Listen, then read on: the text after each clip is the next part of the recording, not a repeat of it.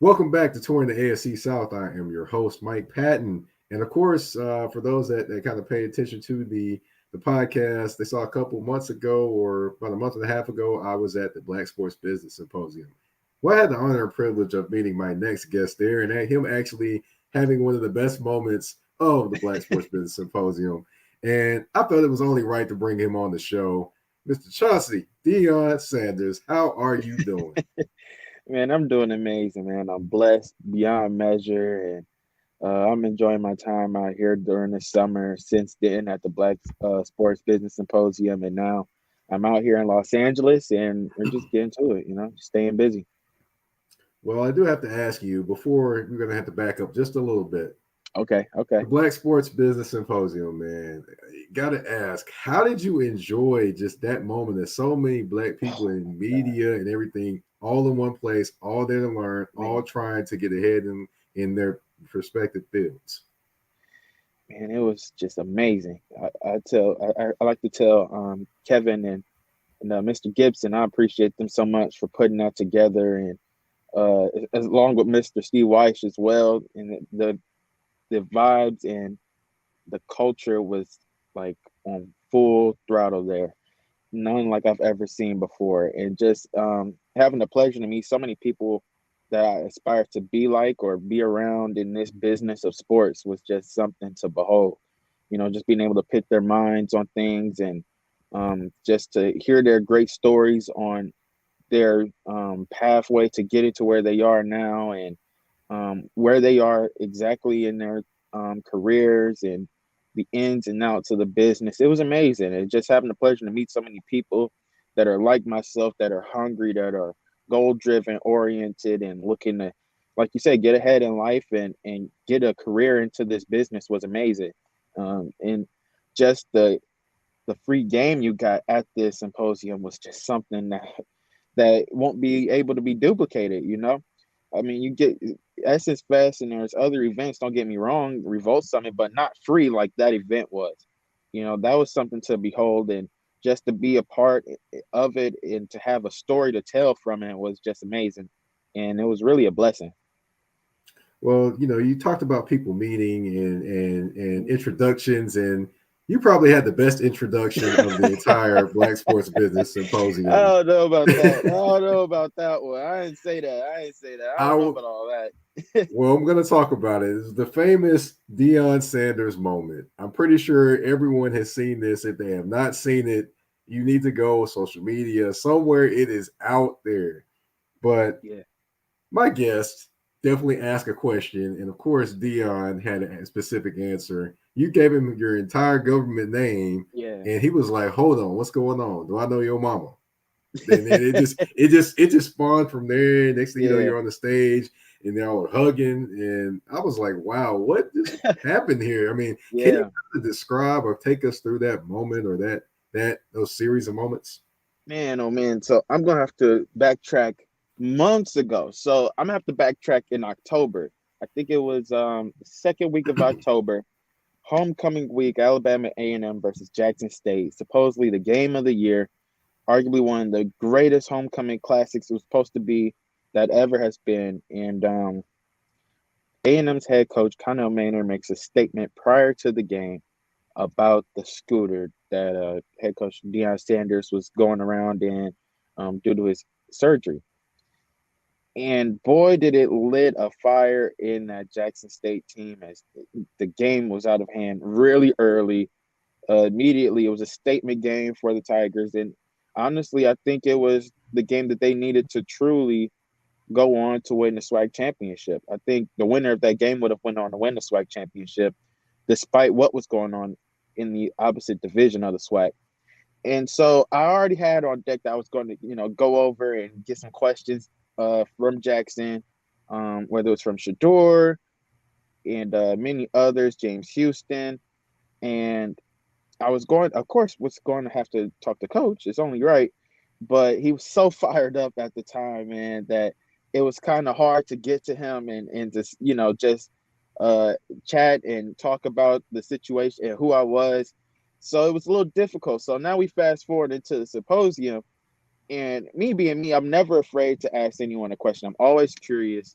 It's just always been a thing of mine to stay curious and to always have a question on deck. And so I was immediately ready to just jump out there and get the question. And luckily, my big sister Alexis, she was able to help this amazing symposium, and she was luckily there, holding the microphone. She said, "Hey, you ready to go? You got a question on deck?" And I was like, "Yeah." So I already had in mind that he had touched on a great talk, a great moment there on stage, but I wanted him to get back to some of the more reasons of why we were there, which was, to hear that advice, and for younger people to hear the advice that, hey, life gets difficult, but you guys got to stay with it and stay in tune.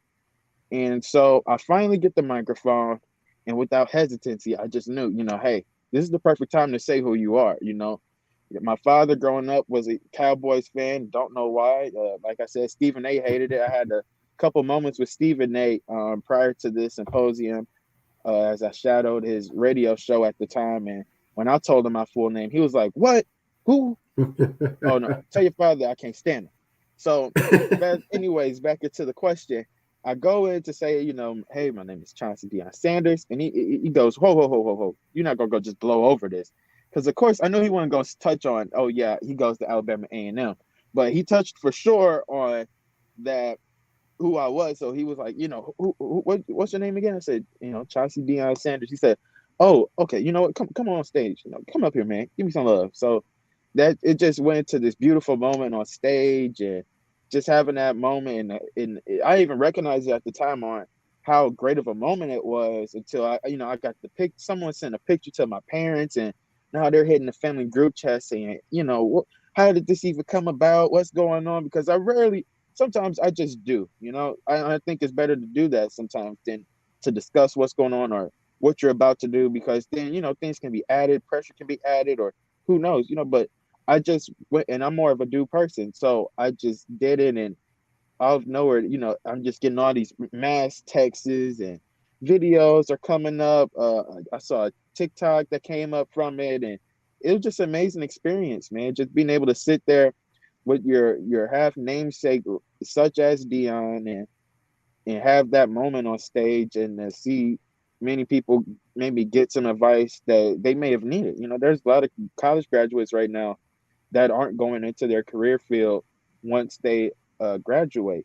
And we're seeing these numbers now on college graduates going into depression, going into just darker places, and looking at these numbers. Even if you're getting ready to graduate, you're looking at these numbers and saying, hey, there's a likelihood that I might be in debt, or I might be not in my field, even though I need to be in my field. And you just get all of this doubt, the self-doubt and things of that nature. And to hear what he had to say hit so many people deeply. I know it resonated with me for sure, because I was hungry.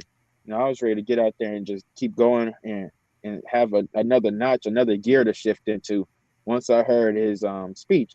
So I was really pleased with the moment. It was awesome to have the pictures, and in that moment with him, it was really special. And I appreciate him, because now that relationship has developed into even more. We follow each other on Instagram.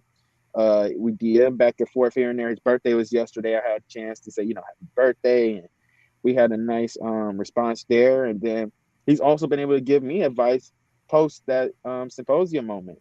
We had a moment actually at the Spike Media Day.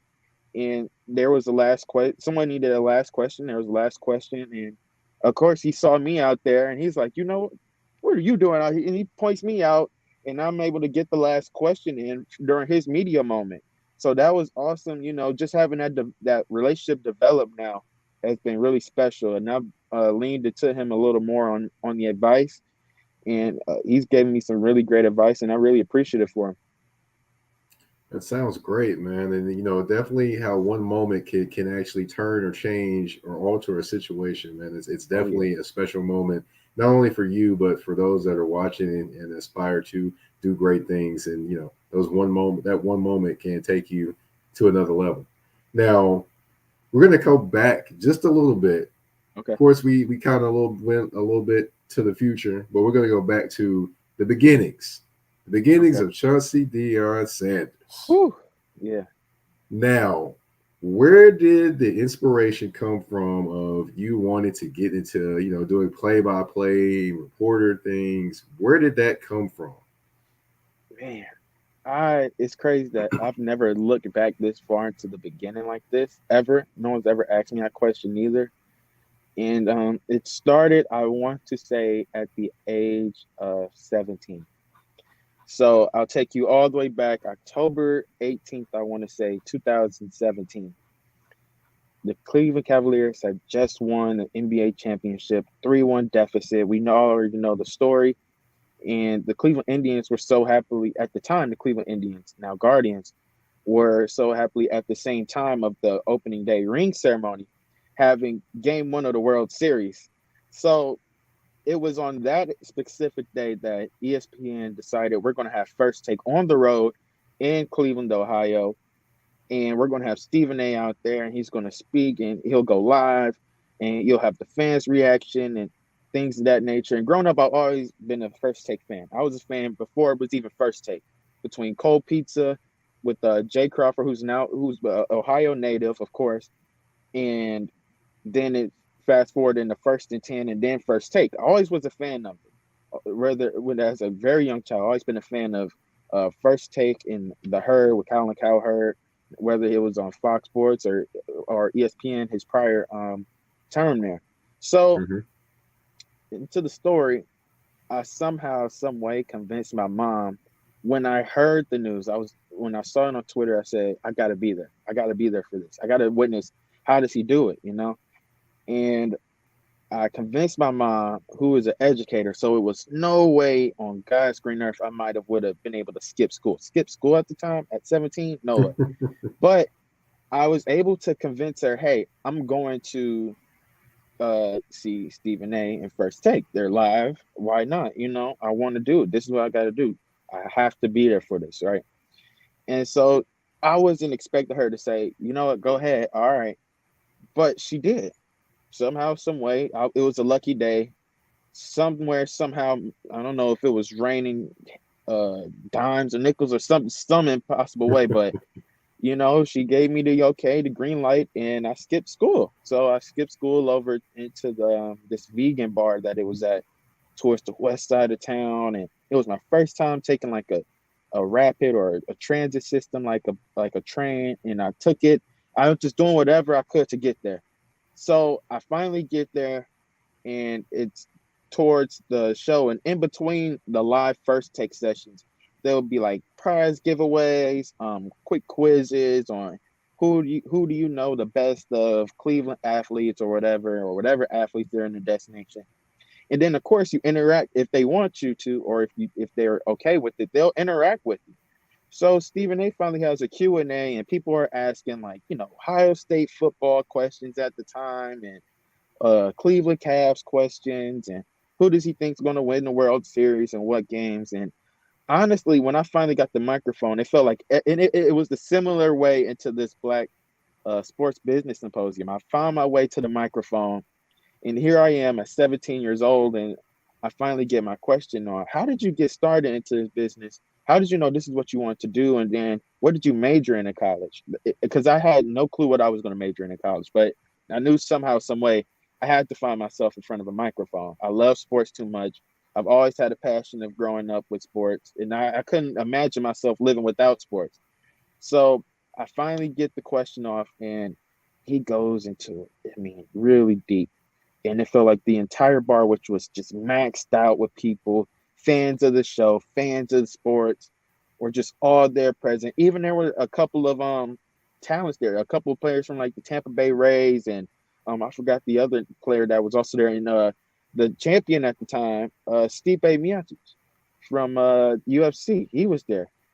And everybody, just all eyes were on that question and on him and on his answer. And man, he gave a spectacular answer. It was my first, it was our first exchange within each other too, as well. And it was awesome, man. He laid it out for me. Here's what you have to do. This is what you need to major in. And then I went, don't mind. And this was a great advice that he gave me as well. Look into HBCUs. Don't be afraid to look into HBCUs. It doesn't start at the Ohio States or Penn States. It starts I went to Winston-Salem State University, and it was one of the best decisions I ever made. And man, he just laid it out there for me, and that's when it was born. Hey, this is what I want to do. I want to major in communications. And my parents were trying to push me to other things like engineering and somewhere in the science with biology, because those are the hotter things right now when it's going to instant cash or jobs that are automatically going to be looking to hire you at the time, quote unquote. And I just always had my heart set on communications. This is what I got to do. I want to be a sports reporter. I want to be in this business. I want to be in the sports business. Somehow, some way, I have to be talking about this passion of sports. Someone needs to hear it. Someone needs to be motivated and inspired. And it started at 17 years old. I started really young, and I've been lucky and blessed enough to keep going past that. It went into the next year following. After I spent a year of college, a year of having my taste of being a college athlete, I was questioning it. Now I was looking to transfer, and then I was looking to either stay at Alabama A&M, and I had a couple of schools that were looking at me that were really interested, and we had exchanged a couple times on having the possibility of transferring. And instead, I had my summer during the NBA Finals, 2018 NBA Finals, with Stephen A. again at ESPN Radio. We meet up. I'm walking out of the radio station after I was looking to have a quick talk about this internship possibility they had at the time, just prior to COVID, of course. And lo and behold, guess who's walking in the hallway getting ready to go and produce his show? So he's like, you know what, young man, come with me. I've been watching you. And his godson, Jonathan, had been watching her. Like, we've been watching you. We saw you during a couple times here at the live show for First Take. And we want, come on with us. Just listen in, and he'll give you the game. And man, did he ever do it. Just give me the whole rundown on how podcasts work, how the internship game works, how the business works in general.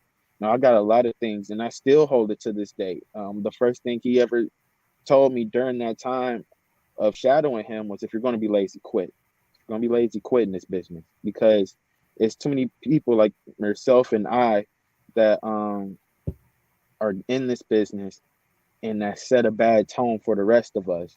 And that's why we don't get the opportunities that we really should deserve to have.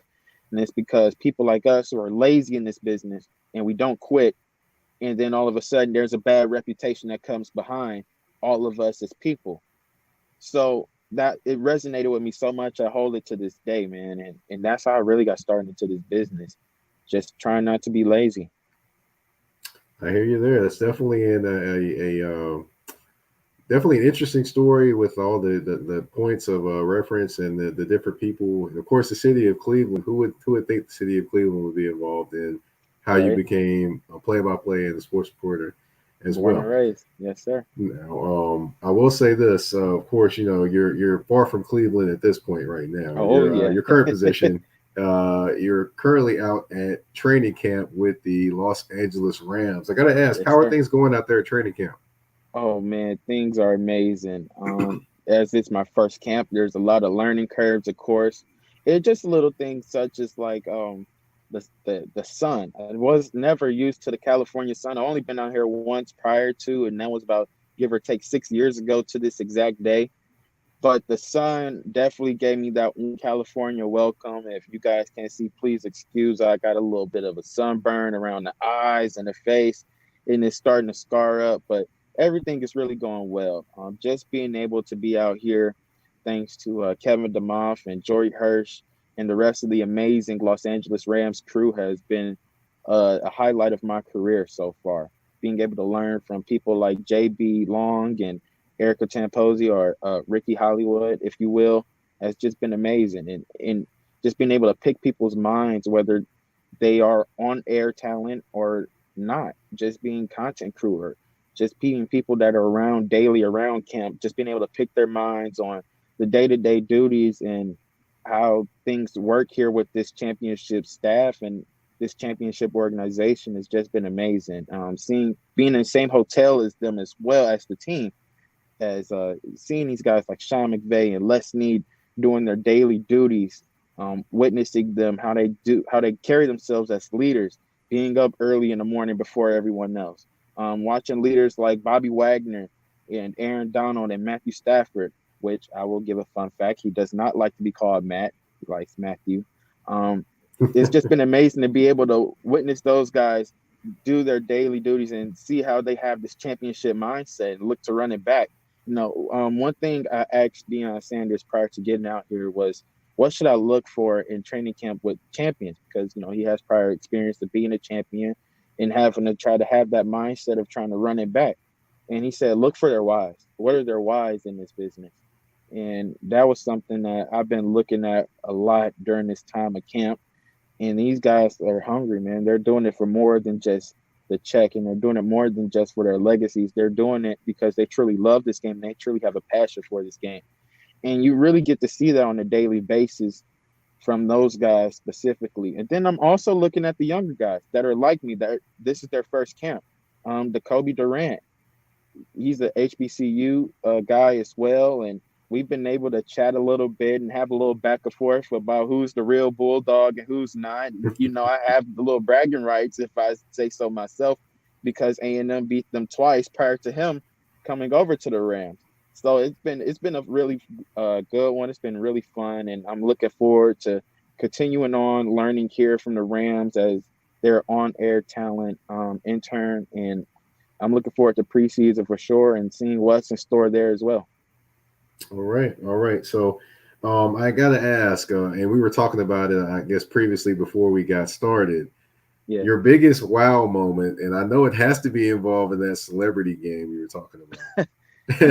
Yeah, man. It was amazing. I'm not sure. There's a lot of great wow moments. I mean, from the Aaron Donald drill, seeing that up close to live in person with him grabbing on the teammate's neck and pushing like they do has been amazing and funny to see in person and see the reactions of many.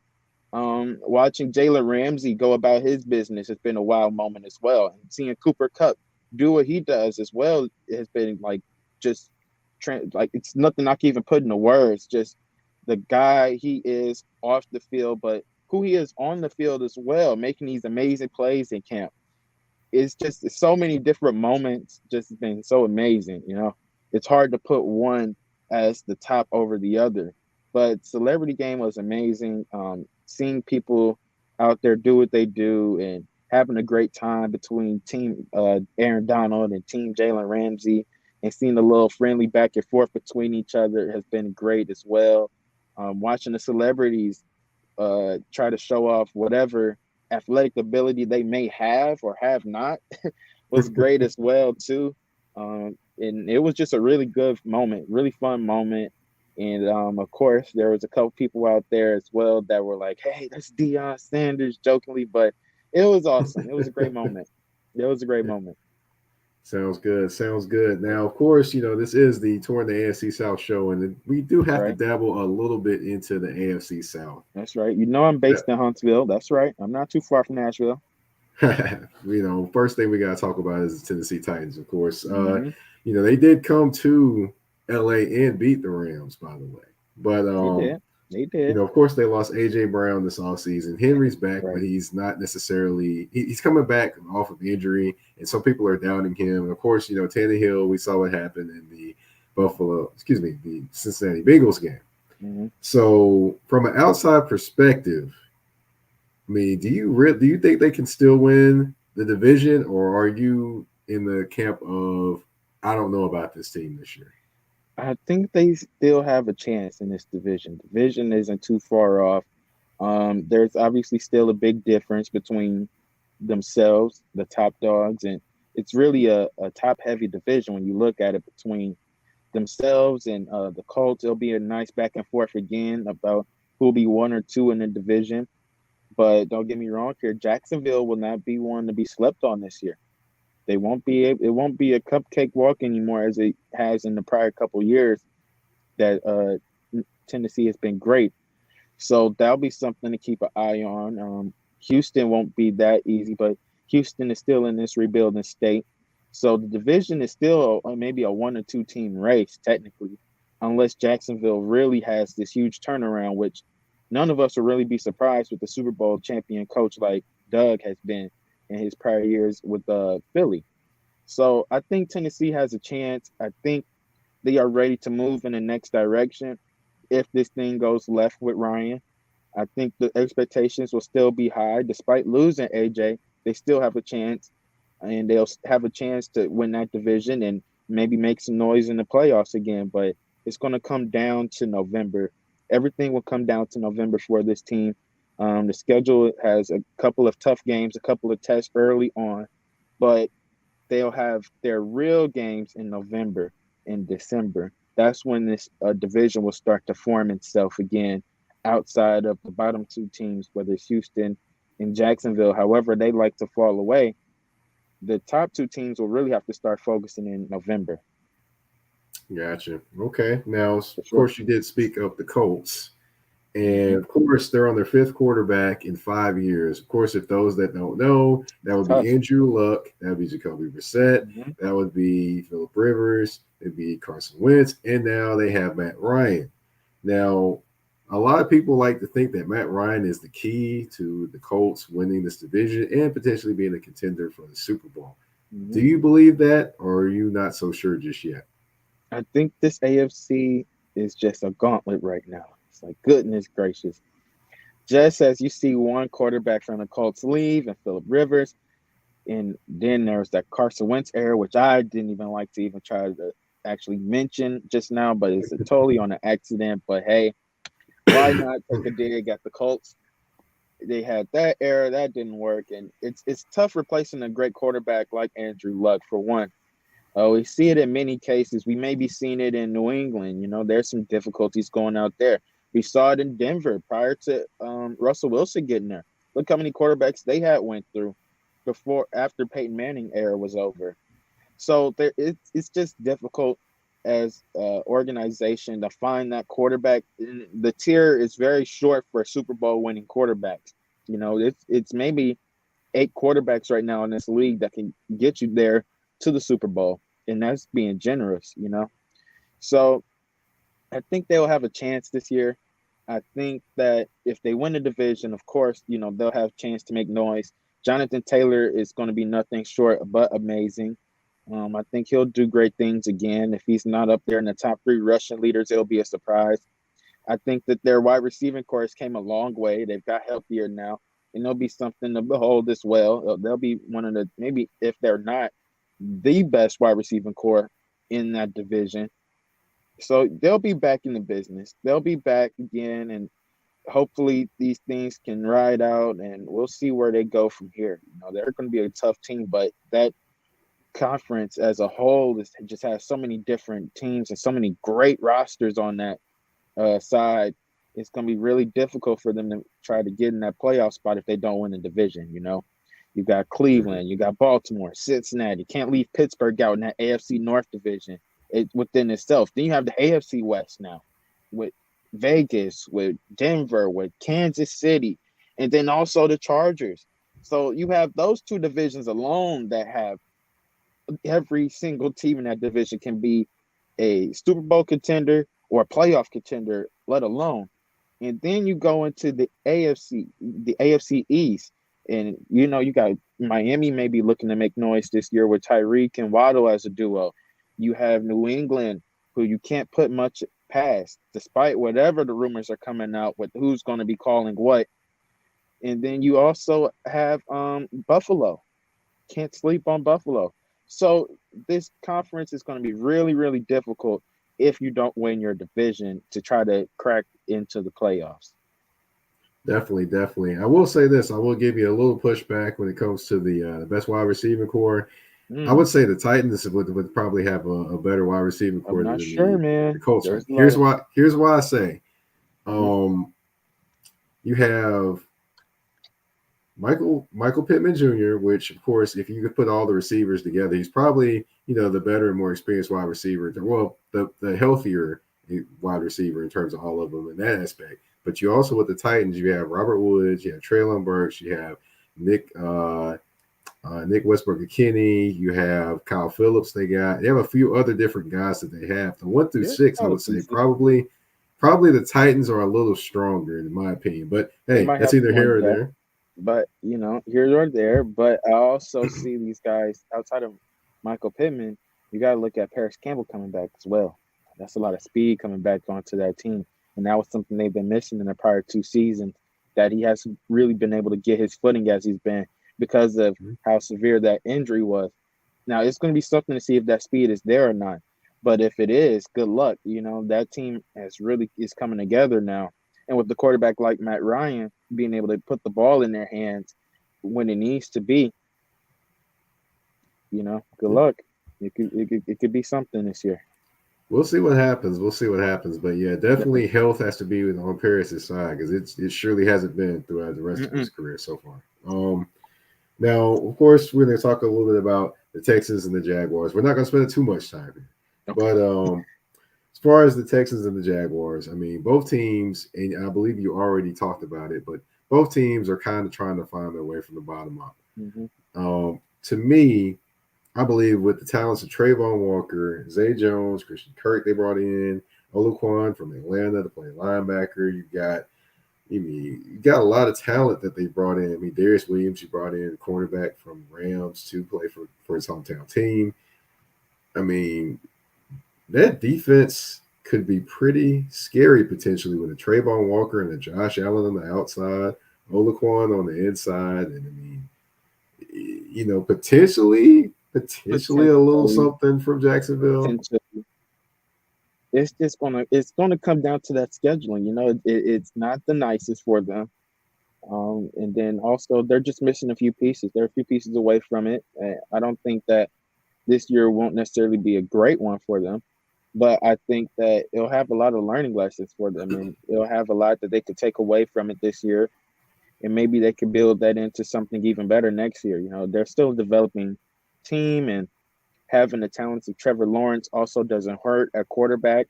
And so I think once everything starts coming together for Doug after his first year with the team, I think things will get better for Jacksonville, and they might get better really quick because this division is looking like it's going to start slowly turning tides here if the Colts can't find the right person at quarterback. Yeah, that's true. You're right. Now, of course, the Texans, I will say, Lovie Smith, God bless him, but he really doesn't have all the pieces he needs there. I mean, you're depending on a Marlon Mack coming back from an Achilles injury to be your starting running back potentially. You got a lot of different things to figure out. So, I mean, realistically, how many wins do you see from the Texans this year? Four at most. And I don't think that necessarily falls on Lovie Smith as the head coach. I think it actually falls on just the talent in the NFL itself. They have draft picks now from Cleveland. Thankfully, they'll be able to grow from that now. I think it's going to come down to how they draft, not just having draft picks now, not just accumulating and trying to tank. I think it's just going to come down to how they draft. You're going to have to draft really well now coming out forward. And then I need to find out if this is the quarterback for this team, if this is the quarterback for their future. And that should be really quick. It's only a maybe 2 to 3 year process, as we see many quarterbacks in this league either step up to the plate or they end up getting shipped out. We're watching it right now in Carolina. 2 of the top 3 draft picks in that draft class of 2018 are now teammates. Why is that? Because NFL teams quickly find out that, hey, this guy may not be here for the future. He may not be the franchise guy that we need right now. We may need to quickly make a pivot. So Houston's going to have to come down to that question as well very soon. And, this draft class right now is perfect. It's perfect for him. Whether it's with Bryce or whether it's with C.J. Stroud, they're going to have to maybe make a deal on one of those quarterbacks to say, hey, we need this guy as our franchise guy. This might be the cornerstone of this franchise. And I think they'll have a great chance at it. Hopefully they'll fall around the top draft in the draft order, and they'll be able to get someone that's going to make a real impact for them. Well, we'll say I'll throw another name out there as a quarterback that nobody's really talking about. Herndon Hooker, the guy from Tennessee. That's another guy nobody's really talking about, but he has the size and the arm and potential. So it's that conference, man. God bless Tennessee. It's a little difficult for him. I know a lot of Volunteer fans are hoping that one of these days they can really make some noise and battle with the Alabamas and the Georgias, but it's just difficult, man. They might need to I, make their way over to the. I can't believe I'm saying this. Maybe to the Big 12. It wouldn't hurt. It wouldn't I'll hurt. say Listen, we're having a lot of conference realignment here. No one's going to sneeze at that move, and it would hurt from a television standpoint, but it may help and benefit because they would be one of the leading teams in that conference versus in the SEC, where although their brand carries highly there in the SEC, as a team in a couple of past few years, it said otherwise, so well, I might get be you something they there. want to look at. I get you there, but I think this year maybe actually the year potentially that they kind of make a little bit of a difference because with the offense that they have coming back, I would say that the defense is going to be the biggest difference because they did lose a couple key guys there, mainly a Theo No, no, Jackson now going to the hold on, Titans. MP. Now hold on, MP. Hmm. We gonna see? Are you? I want you to say this one with your chest here. I know it's your Okay. show, but I want to hear this for real. You're telling me that the Volunteers, this is their year. This is their year in I, the SEC. I'm not saying it's necessarily their year, but Okay. I'm saying that they do have the potential weapons to Mm. potentially go at a Georgia and Alabama. I'm not saying they're Okay. going to win those games, but I'm saying it's I got definitely you. going to be more competitive this year than it was last year, is what I'm I saying. hope so. I hope Yeah, so. it definitely will be. A lot of those Volunteer fans hope so as well, man. It's gonna be difficult, but good luck to We'll them. see what I'm happens. hoping. I'll be keeping my eye out now on that team, and we'll see. We'll definitely see what happens. Now, of course, we've reached the end of the show. We have a game. We got 5 Uh-oh. questions, two Okay. answers. Are you ready? You got to pick one. I'm all set. I'm all set. All right. We got Stephen A. or Skip. I already know what that answer is Ooh, going to be, quickly, more than Stephen likely. A. Being from Yep. Cleveland and having that connection, Stephen A. Skip is a great guy, though. I've heard great things about him as the person he is and the Hmm. character he has and how much he truly vouches for our people in this community. But I'm gonna have to roll with my guy, Stephen Yeah. I figured you may say that one after listening to everything. But A. let's see. Play by play or reporting? Which one do you like more? Man, this is really difficult. I'm gonna have to side with play-by-play by just a hair on this one. Obviously, it's been really difficult for me because I bounce back and forth through them to this day. But play-by-play just gives me that opportunity that I really, really love to be able to tell people stories as a storyteller and be able to do it while I'm calling a game and while I enjoy setting up our color analyst to fill in this beautiful painting that I am drawing. So I'm gonna have to side with being a play-by-play. Play-by-play is awesome, and being able to go arena to arena or stadium to stadium and call games on the gridiron or on the court is also a great feat as well. Just really enjoyable and getting to learn people and getting ready to understand faces and just being that person to help interpret the game for people is just a great thing for me. Gotcha. Okay. Now, the next one, Jamel Hill or Kerry Champion? Which one are Ooh, you taking, sir? that's difficult. I'm in Los Angeles, so I gotta make sure the door is closed, and I don't want to know, but actually saw Michael Smith while we were out there at camp, which was really awesome to talk and pick his brain as well. And one thing I told him what I always loved was that they had those skits that was a part of his and hers. He told me about the one that I loved the most, which was the Coming to America skit. So I'm gonna have to go Jamel Hill. I'm gonna have to give her the plus. Terry Champion talked a little too much trash growing up about the Cavs of Cleveland having to come to. I'm gonna have to go with Jamel on this one. Jamel is a Midwesterner. She gets us for sure. All right. Now, I will tell you that on the Boys in the Hood one, that actually was a 40 on that one. So that really was. I'm telling you. I actually had Jamel on the show, and she confirmed that. So Jamel is my people. I remember meeting her at the symposium as well, and she gave some great advice too, for sure. definitely, she did. Now we're going to go HBCU with this one. We're going to go Ooh, okay. Alabama State or Jackson State. Which one do you not like the most? Oh man, oh man. Alabama State, no question. No question. No questions even asked. That nasty, like, ridiculous campus over there at the, what do they call it? The Gump. It's like Alabama who? If it's not A&M, it don't matter, honestly, when it comes to that rivalry they would like to call it. I mean, if it is a rivalry, it's more like the Alabama A&M Invitational, if you ask me.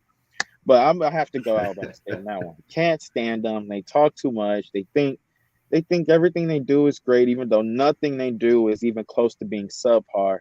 Alabama State for sure. Jackson State is the better rival, and of course, the family is there, so gotta show love for them. Gotta show love for the love. So definitely Alabama State. Ridiculous. All right. Not even a All right. question.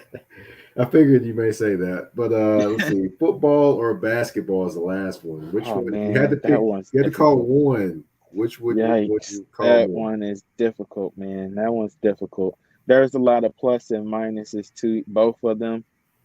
Being able to call maybe 15 players, really like 10 players on a daily for a game versus having to know 53 men on a roster and 53 stories. It's easy to side with basketball, but man, football has some amazing stories and it has some amazing action that comes with it. It's nonstop. The paces are very different. Football is nonstop. Time, score, down. It's quick. It's very much repetition that comes with it. It can get a little bit redundant, but I would most likely have to go with basketball since it was my passion growing up, and yeah, I just absolutely love being indoors. Despite what some people think, sometimes you can call games from outside. A&M unfortunately does not have necessarily a box for on-air talent. Hey, I don't understand why. We might have to push that one out there for hey, it might need time for renovation there at Louis Crew Stadium. But there's times where you just have to do what you got to do. Sometimes you have to call games from outside in that scorching Alabama sun, and it's just not the most enjoyable versus being in that indoors in that arena and hearing those fans right on top of you as it is. And I'm gonna have to side with basketball in that one. All right. It's by Well, a hair. that's the end of the game. We That's also the end of the show. I want to thank you again for coming on the show, giving us some of your time. I know you're busy Oh, out no, there I in appreciate LA. it. Now I want to just give you the spotlight here at the end of the show, kind of tell everyone where they can find you and also what things you're working on or have in store. Well, first of all, before I even get into any of all of that, I would like to thank you for having me, of course. It's really been an honor and a pleasure to talk with you and to chop it up here and just allowing myself to be on this platform is honestly an honor for me. And you guys can find me on Instagram at Chauncy D Sanders, no spaces, no underscores, and then of course on Twitter at Chauncy Sanders. We're gonna have to work that out with Instagram somehow, some way to get those both to align together. But you guys can find me on there. It's been amazing to be on this show, and I'm looking forward to seeing more people and more success from this show as well. And I look forward to being back one day. Well, I greatly appreciate you coming on, and of course, the way I look at it is, hey, I caught you before you blew up, man. I might have caught you before you blew up. I might be able to say, hey, I was on Mike P show before it became the Mike P show, So hey. All right. Well, thank you for coming on again. Thank everyone for tuning in. You've been tuned in to Touring the AFC South with Mike Patton. We're out.